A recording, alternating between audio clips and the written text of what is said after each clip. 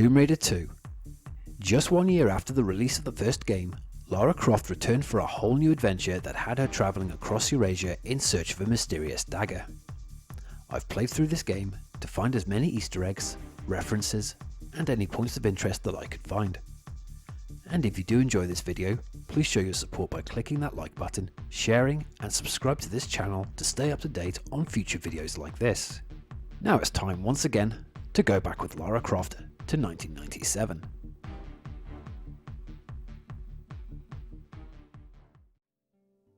Starting off on the main menu, you can see the same scroll around design like in the original game with a slight alteration based on the times. A year after Tomb Raider 1, Lara now has an up-to-date British passport, and her portable cassette player has been replaced with a portable CD player. In Lara's mansion, to enter the secret basement requires you to find the button hidden deep inside a hedge maze to open the basement door. It's here you can find a pair of Incan statues that were last seen in TR1's Peru levels.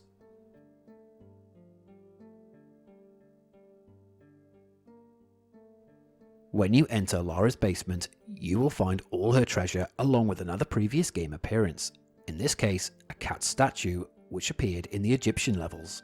The statue is based on the Geir Anderson statue located in the British Museum. Ever wondered if you can pass through these gates? Well, you can, by using the jumping glitch. Position Lara here and in this particular angle, then spam the jump button. She will eventually appear on the mansion roof. Drop down on top of the maze to reach the wall, then follow it around until you can safely drop beyond the front gate.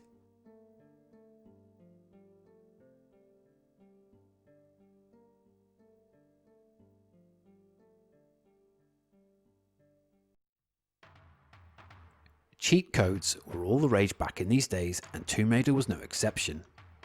By inputting buttons and spinning Lara on the spot, you can skip a level or add weapons to your inventory. But one button sequence leads to Lara blowing up into pieces. This was done by core design as a joke, at the expense of certain gamers who thought it was a cheat for a nude Lara. Another core design joke made it here from TR1. Former developer Toby Gard, who never returned for these sequels, placed in the original a secret animation whereby Lara does a handstand. It serves no purpose to the gameplay, and it was only discovered by his fellow team members through game testing by accident, and they brought the animation over to TR2.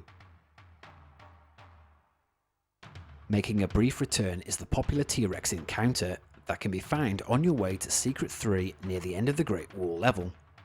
This encounter is only made worse as you're moving through an almost pitch black area and don't see it until the last moment, and on the return from collecting the secret, a second T-Rex appears, making this a terrifying yet memorable section of the game.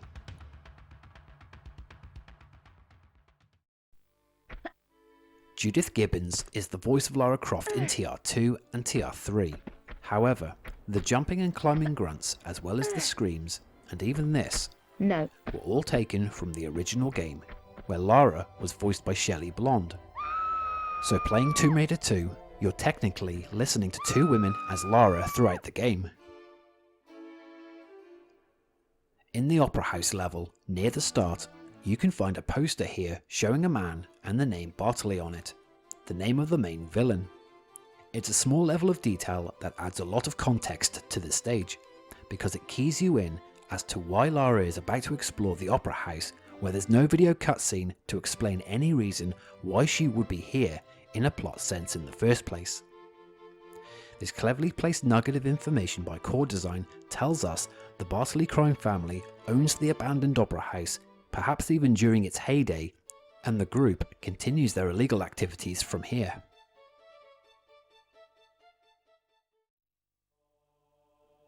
As Lara progresses through the story, she eventually makes it to the bottom of the sea, where the next setting takes place inside a sunken ocean liner called the Maria Doria.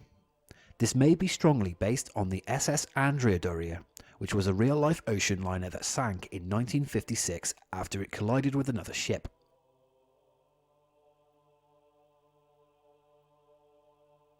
In the living quarters, Lara must traverse a part of the ship that is upside down, as half of the ship broke off and became overturned.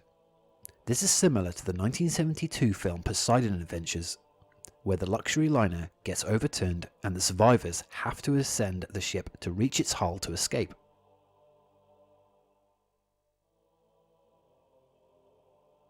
The wetsuit Lara is wearing during these underwater levels is a solar wetsuit, which is based off of real-life solar wetsuit company.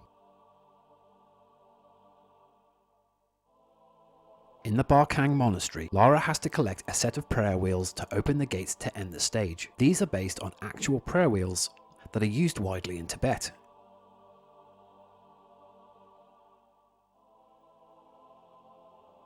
Further into the Tibetan stages, you'll encounter a new and brutish enemy type simply called Yeti. These are inspired by actual folklore about an ape-like being that roams the Himalayan mountains.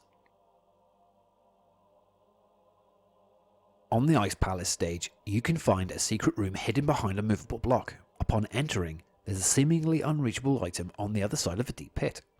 However, the way forward is via an invisible bridge. The inspiration for this idea is based from Indiana Jones and the Last Crusade, where Indy has to cross an invisible bridge, a film series that has influenced the development of Tomb Raider.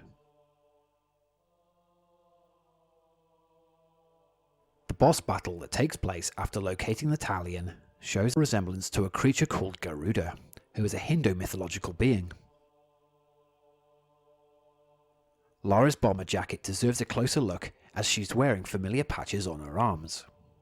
One patch reveals the shield of the 8th Air Force of the US military.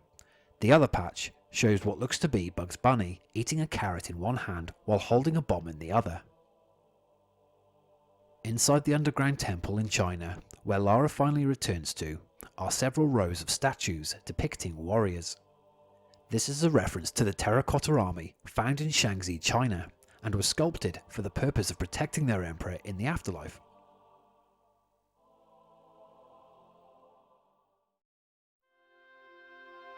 Thanks for watching this video if you've made it this far. This is a companion piece for the TR1 video I uploaded last week, so you can watch that one if you're interested. I'll be doing Dino Crisis and Resident Evil 4 Easter egg videos in the weeks ahead, so please show your support by subscribing and sharing this video if you liked it, and that way you can stay up to date when other videos are put up. So until then, I'll see you guys.